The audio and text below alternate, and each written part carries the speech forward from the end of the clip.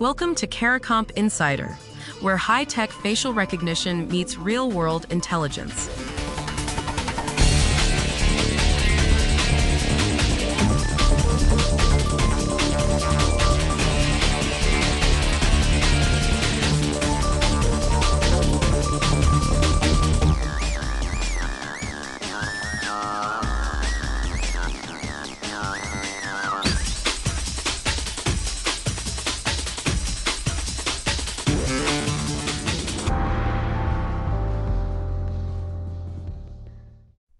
In the Philippines, opening a bank account is about to change in a way most people won't get a vote on. Very soon, you won't hand over a stack of documents to prove who you are. You'll show your face, and a government database will decide if it's really you. If you've ever fumbled through a drawer looking for a utility bill just to open a savings account, this story is about you. The Philippines Central Bank is making digital identity checks mandatory. Banks, digital lenders, and even crypto services must connect to the national ID system to sign up new customers. And they're on a tight clock. According to the central bank's memorandum, these institutions have just 3 months to finish integrating, so the question isn't whether this is coming. It's what happens when your face becomes the key to your money. Let's start with the scale, because that's what makes this real. As of October 2025, more than 90 million Filipinos are registered in the national ID system. That's roughly 8 in 10 people, with their fingerprints, faces, and personal details already verified. You can't force a whole country to use an ID system if most of them aren't in it yet. But they are. That critical mass is exactly why this mandate can actually work. Now, some banks aren't waiting for the deadline. Asia United Bank became the first to fully plug into the national ID system for opening accounts and processing loans. And BPI, one of the country's biggest banks, adopted what's called National ID Authentication Services.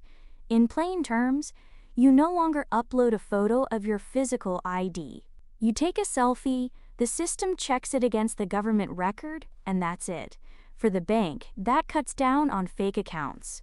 For you, it means no more digging for paperwork. Does the technology actually make you safer? The numbers suggest yes.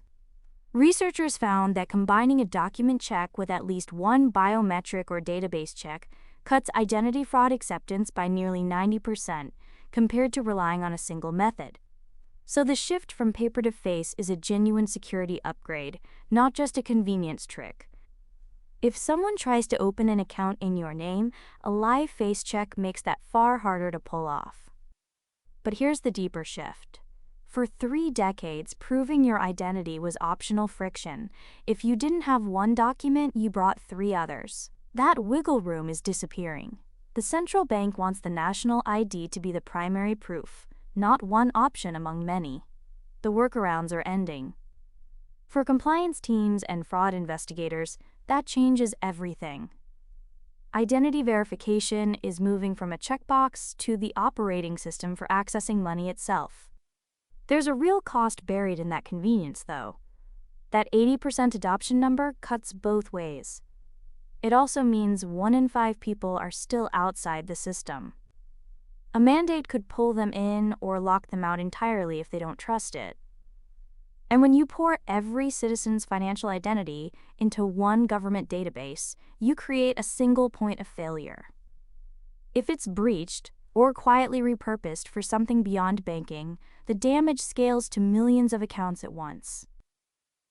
So the real story isn't a new ID card. It's the moment biometric identity stops being a choice and becomes the default. The friction of proving who you are doesn't vanish. It just moves into a single, government-controlled moment you can't skip. Let me bring this all the way down. The Philippines is telling banks, stop asking for documents, start scanning faces, and use the one national ID to do it. It's faster, and it catches more fraud. But it also means your money now lives behind a single government key. Whether you run financial crime cases or just want to open a savings account, this is the shape of what's coming: your face as the password to your own money. The full story's in the description if you want the deep dive. Now you know something most people in this industry don't. Use it. And when you're ready to put it to work, Caracomp.com. We'll see you tomorrow.